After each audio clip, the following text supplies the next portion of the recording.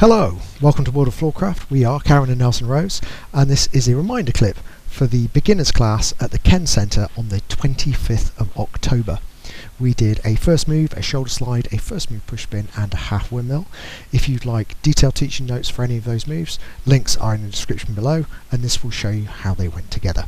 We did 7 and 8. First move, back, in, twist, twist, turn, face. Return for the shoulder slide, we went a latch, catch. Return for the first move push spin, we came in, twist, flat, spin, half windmill, sweep with the right, sweep with the left, and back. And that was the whole thing. Hope you enjoyed that, hope you find it useful. Like, subscribe and hit the bell, that way you'll know every time a new video comes out.